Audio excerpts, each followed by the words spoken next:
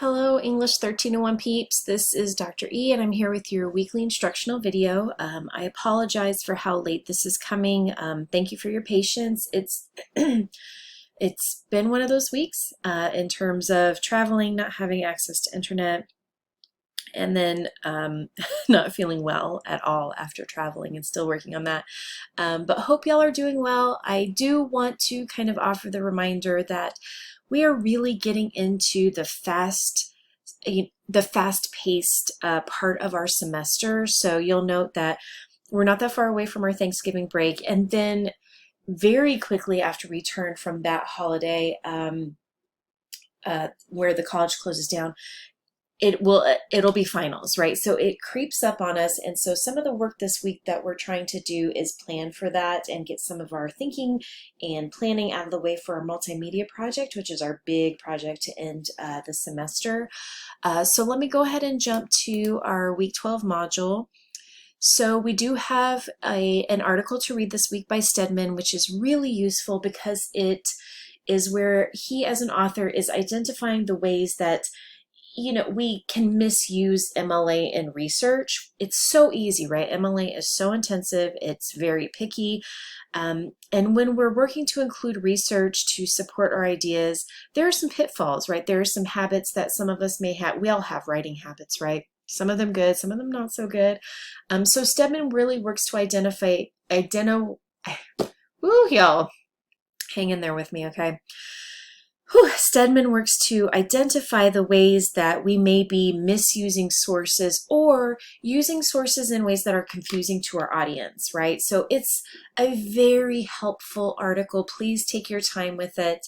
If you're not understanding an annoying way that people use sources, if you're not understanding what he's identifying, then reach out to me, let me know, and we can definitely work through it, because I wish I had been able to read this article when I was, in your shoes, right? In your shoes, using research to support my ideas in academic writing, because it can be a bit overwhelming.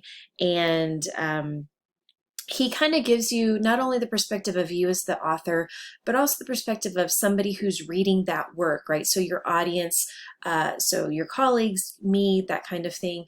It's super helpful. All right, so let's jump to take some time to watch that multimedia project video, because you do have a plan for the project that's due this week, but I cannot emphasize enough, the project itself is not due. Every single semester I have the plan due and people will submit the actual project. Please don't do that. I just want you to make a plan. I just want you to think about something we've read this semester or watched in terms of TED Talks, something that's interesting to you, because I want you to kind of push, like, why is this interesting? Why do I like the way this author writes or the way this speaker speaks? How are they communicating effectively? What's speaking to you about the topic? That kind of thing. And I want you to make a plan for the project. The project is just a creative way for us to dig a little deeper in our analysis of this work, right? Instead of writing, a 15-page research paper to end the semester, we're doing something a bit more creative, which I hope is, it's more fun. It's more fun for you to do. It's more fun for me to grade. We're already working through our journals and writing and research in that way. So this gives us a different kind of medium to play with, whatever medium you'd like, whether it's a video, a piece of artwork, poetry, anything, right? So make sure you're taking your time to watch the video, because I go through different examples from past students and ideas, as well as the guidelines for the assignment, to make sure that what you're planning this week in your plan is meeting those guidelines, right? And that is the reason, another reason, right, that the plan is due. It's for you to kind of map out your ideas, to get a timeline in your mind of how to complete this project, to start researching, right, to start finding those quotes to help support your ideas. You're actually going to do a full draft of one of the paragraphs that's required in the multimedia project. But it also gives me a chance to give you feedback so that I can let you know, like, hey, this seems like you're moving in the right direction, but you may need to be a bit more specific in this, that, or the other way. 9 times out of 10, everybody's got a great plan. They're moving at the right pace. But then there may be that one student who I really need to kind of connect with and say, this doesn't seem to be hitting those guidelines and expectations, and I don't want you to submit this as your final project and get a terrible grade, because it is a large grade, right? So that's what the plan is for. So if you go to the multimedia project plan area, I basically write all this down, the things that I've said to you. And then you have the video here to review the guidelines, and then whether you want to download the Microsoft document or get the copy in Google Docs, this is what that document looks like. It's just a worksheet essentially. It looks very familiar, I'm sure. So you just type up, and it has room to expand if you need more than a single line, right? So this is pushing you to make some decisions. I don't want you to submit this and then turn around and go, yeah, I don't want to do that. This is for you to finalize some of those ideas so that you can start moving forward, pulling quotes, doing those things, right? Because you are required to utilize, or you're required to complete a complete draft of the second paragraph of the 3 that are required in your project. That second paragraph is where students will lose points typically if they lose them anywhere.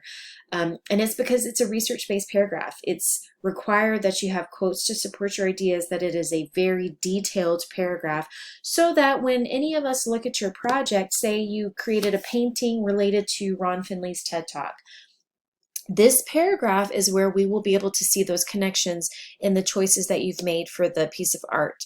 Remember, I'm not looking for perfection. I don't expect you to be an artist. I would love for you to explore a medium you've never done before. Maybe you've never knitted anything or painted anything. I'm not looking for, some sort of fantastic end result. I'm looking for the process. That's why you're going to document the process and show your effort in some way. Oftentimes it's taking pictures, right? Taking pictures along the way and putting those together in something like a PowerPoint or a PDF. But this paragraph is where you're bringing in that research. So we're satisfying our research requirements. We're utilizing MLA. This is the full paragraph. Sometimes students will turn in, they'll just copy and paste a bunch of quotes here. And that's okay. It's not what is assigned. It's a start, right? I want to see your quotes integrated into a full-on draft of the second paragraph. So again, this is our opportunity to get some of the work done ahead of time and not leave it all until the last minute. So just keep that in mind. This is for you to get feedback from me that you're moving in the right direction. This is a chance for you to kind of push yourself to make some decisions about the author or text that you are going to address, whether it is about writing or whether it is about food. Now, I encourage you to go the food route because it's something that's a bit more interesting and fun, but if you really loved one of the chapters that we read in the semester and you want to expand on that in some way, then do that by all means. But it's really for us to think about food in new and unique ways and the importance of that culturally, personally, that kind of thing. So then you'll just upload that document and I will get you some feedback based on what you submit there. And then of course we have the usual participation quiz, right? Which is based on everything from this week, right? So it doesn't look like a super different week than what we've had before, but we're starting to move into that multimedia project with just the plan, not the actual project, just the plan, getting some of those ideas out of the way, right? We've been doing a lot of work with those food journals and we're gonna actually work to compile and resubmit those for, basically a research paper grade, but I also want you to start making the plan for the project. So let me know if you have any questions or concern related to this. Some of you have emailed me and kind of floated ideas by me, and that's absolutely fine. I want you to know that most of the time, again, 9 times out of 10, people watch the video, they look at the guidelines, and whatever idea comes to them meets those guidelines and sounds like a good way to move forward, right? But again, this is why we're doing the plan, so that I can give you the feedback if I feel like you might be missing the mark here or there. All right, so let me know what you need from me. I hope y'all are doing well. I'm glad to be back and have access to the internet so I can communicate with y'all more effectively. So let me know what you need.